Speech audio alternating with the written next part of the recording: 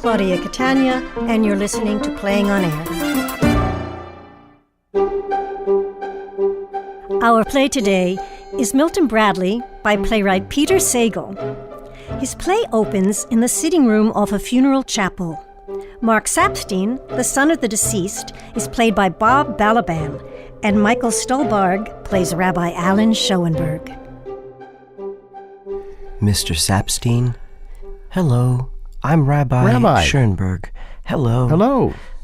I'm terribly sorry for your loss. Yes. These things happen. Yes, they do. They must be fairly routine for you, I guess. You know, it never is. Although it's a sadly large part of my job. Any day you start thinking, oh, just another funeral, well, then you come in and see the bereaved, and you realize... The bereaved. Yes. Did you have to learn this stuff in rabbi school? I'm sorry? I mean, did they give you a course in, like, talking to the sad? No, we just sort of learn as we go. How about talking in general? Because I've noticed that a lot of rabbis talk the same. They've kind of got this slow-talking thing. Today, we read from the book of Leviticus. Is there, like, a course in that? No. Oh, because I figured there had to be some reason. Mr. Sapstein, do you attend a synagogue? Because it was my understanding that you didn't have a rabbi who knew... No, I haven't been inside a temple in years. I understand that your mother has been a regular at our services. It was sort of an old age thing. I think she liked to dress up. Well, it's true. A lot of the older congregants enjoy the social aspect. They're less mobile, you know, someplace to go. Sure. I never met her. I think by the time I arrived at the synagogue, her illness had progressed to the point where she was fine. She was? Pretty much until the moment she dropped dead. Well, that's a blessing, really, to avoid a long... She hated you. Oh. Well, not you, really. She never met you, the idea of you. Which idea, exactly? Who knows? You're too young, too liberal, too smart. You give out page numbers. Page numbers. You know, please turn to page 83 of the prayer book, that sort of thing. Yes. She thought if you're too dumb to know which page you're on, you shouldn't be there. So she stopped going. Don't take it too bad. She hated everyone. Mr. Sapstein, I was wondering, as you know, I was asked to conduct the service, which I am glad to do for anyone, especially a member, past member of my congregation, even if anyone. And I promise no page numbers. And it is traditional to mention some qualities of the deceased so as to appropriately memorialize her. But since I didn't get the chance to meet your mother, I was wondering perhaps if you could tell me some things you would like me to mention, some things you would like people to be thinking about at this moment. Oh, sure. She was the biggest bitch you ever saw. A mean, vicious old woman, even before she was old. Still mean. Drove my father to the grave with her hateful, mean ways. She hated everyone who was, more attractive or nicer or more well-liked than she was, which was everyone.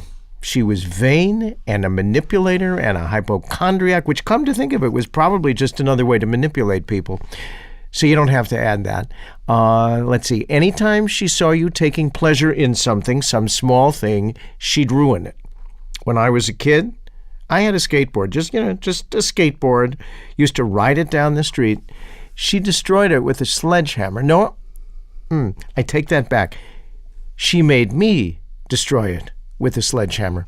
Yeah, when we were small children, she used to punish us for no reason. She never hit us or anything. She just let us know that she was angry. Her favorite thing was to start crying big, fat tears.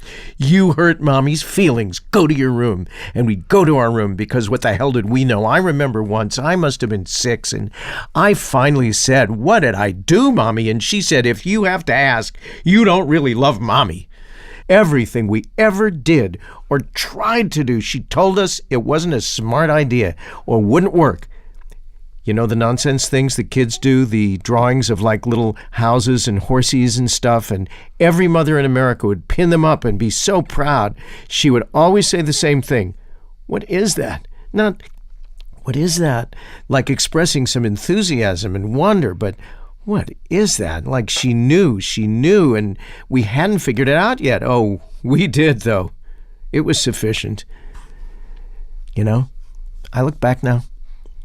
I figure, what was she trying to do? I think she was trying to wreck us so she could look at our awful lives and say, see, I told you you would never amount to anything. Did she have any enthusiasms? Hobbies? Gossip. Spreading rumors. Tearing down people behind their backs. Like you. She said... How about friends? I don't think they liked her either. She had a couple of old ladies she talked about, but mainly just to make herself feel big. Whenever she told stories about them, it was about how stupid they were and how she had to set them straight. I think some of them are going to be here just to gloat. Mr. Sapstein, it's none of my business, but it seems there are a lot of unresolved feelings here. They're resolved now. Still. I mean, she's dead. Doesn't that pretty much wrap things up? You'd be surprised. I'm always amused by this idea that every person is like essentially good, just confused or angry or misunderstood. I think some people are stone evil. Personally, they just take their pleasure from other people's pain. I don't think you're right. That's because you didn't know my mother until after she was dead. She's harmless now. I understand how you must be feeling, but in about 5 minutes I am required, it is my job, to stand in front of your mother's coffin. Is there anything you'd like me to say or do besides stomping on it? I just told you. You mean... Well, yeah, that's what she was like. But... You want to spare everybody's feelings? Why? She'd want them to feel uncomfortable. She'd want them to look at the floor and wish they were anywhere else. That's what I did my whole life. Why change now? There must have been some good thing. Some accomplishment. Well, she once beat Gene Alberman at Pinochle. She bragged about it for years. That's it. Why did you even have a funeral? It's what she wanted.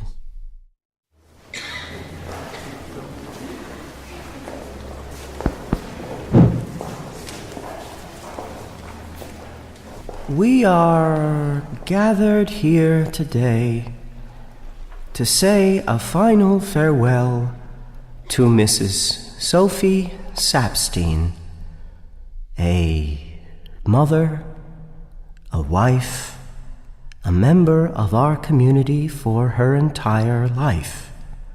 We see today in this room her children, her grandchildren. Sophie Sapstein. I did not know Sophie Sapstein. It was my misfortune not to know her. And yet, I have heard of her impact on our community, her constancy, her consistency of purpose. She was the mother of Mark, Wallace, and Sarah. They are here. And the wife of Myron, who passed on some years ago after many years of marriage. She was an enthusiastic competitor. I understand she once won a game of pinochle with a friend, and that gave her much pride. I myself remember fondly the day when I beat my brother at life. That was this board game from Milton Bradley. The object was to get to the end of this track, which was life. It began with school, and then you got married. You were driving this little car, and when you got married, you put this little pink peg in your car next to your blue peg. And then more little pegs when you had kids, maximum of 2. And then, you picked a job and you made money and had debts. And at the end of the game, if you had more money than debts, you got to go to Millionaire Acres. And if you didn't, you went to the poorhouse. And that was it. And then I thought, that's not right. There's one more space to get to after this, and it's the same for everybody. But of course, the game designers probably thought if everybody gets to the same exact place, what's the point of playing? Yeah, one of the terrible things about being a rabbi, frankly, is that people keep coming up to us with their problems. Rabbi, I want to die. Rabbi, I'm going to die. Rabbi, my daughter is a drug addict. Well, what am I supposed to do about it? I just read Hebrew and know how to talk funny. And we get to the point where we look at you people all the same. You're all afflicted. You're all sick. It's fatal. You've only got a month to live, or 50 years, as the case may be. I'm sorry. I shouldn't have said anything about the daughter being a drug addict. That's really none of your business. Sophie Sapstein. I did not know her, but I did know her, because there have been many like her. She confronted the natural order, which is that everything will come to nothing. She chose not to fool herself about this. She was in pain, so she inflicted pain on others. This is terrible. This is as common as fleas on a dog, in my opinion.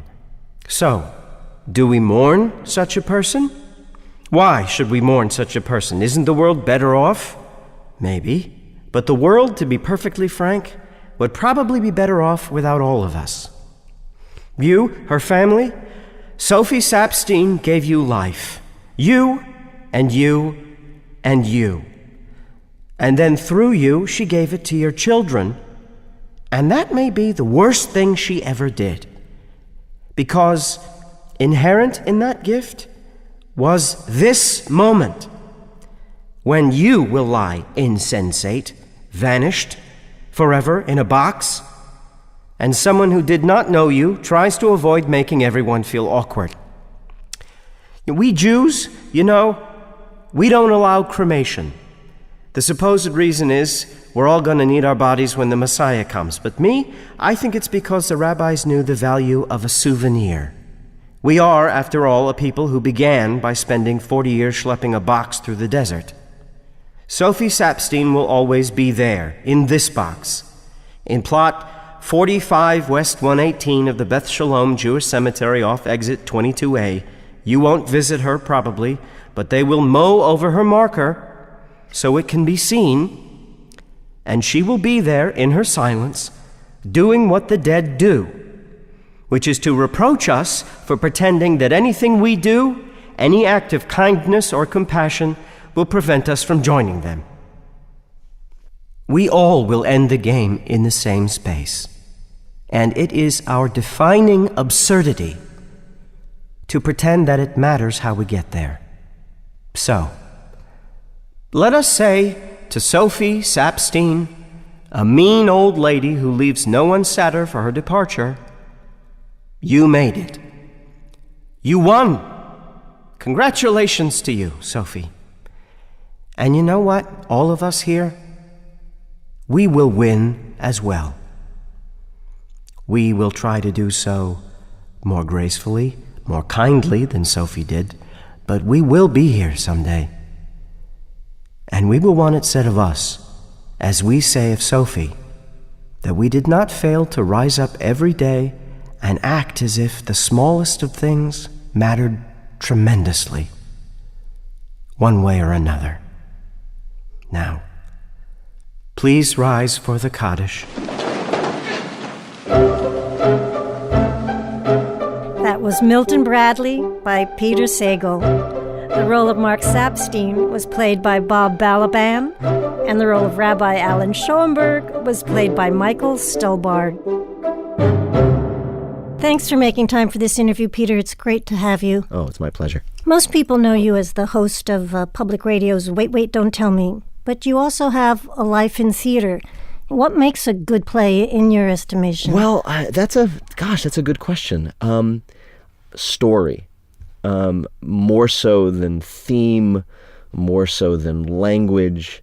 The idea of narrative power is always the thing that I think propels me in the theater anyway. And I think, and this I used to go on great rants about this, that the theater, in the face of TV and movies over the decades, had ceded the idea of plot and story to those other mediums, and instead we're trying to, find our way through, being politically relevant or, speaking for the voiceless or stuff like that, which may be important but doesn't necessarily lead to a nice evening in the theater.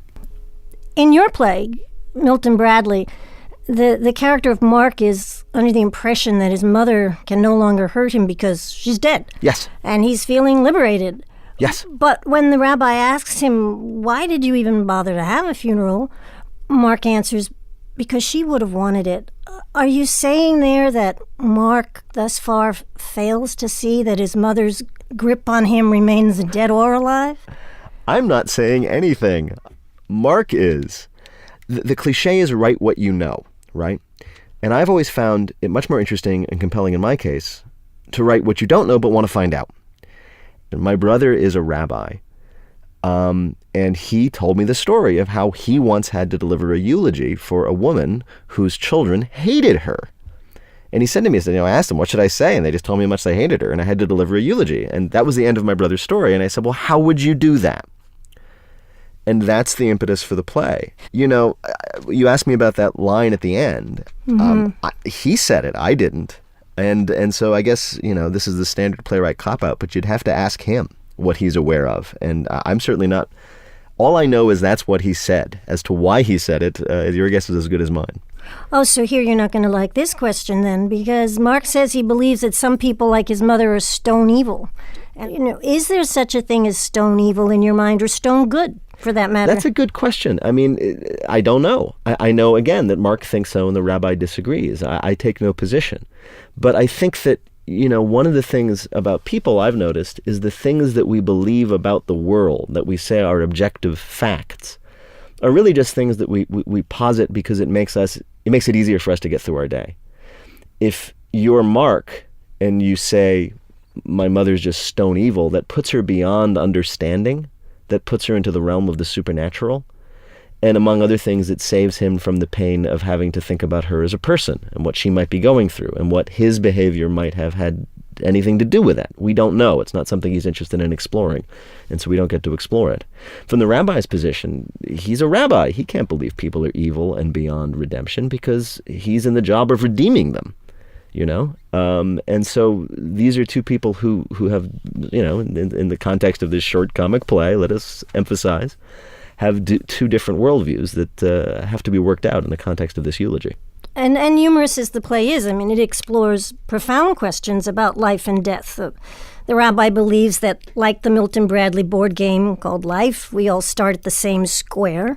But unlike the game, he believes we all end up at the same square, too. No matter how good we are or bad, we still land on dead in the end. Yes. You say in the play, Sophie confronts this natural order. So is it through caring tremendously about things that you or Sophie or all of us distract ourselves from the inevitability of our demise? Possibly. Again, one of the great things about being a playwright is I don't have to say anything. I can let other people make arguments for me.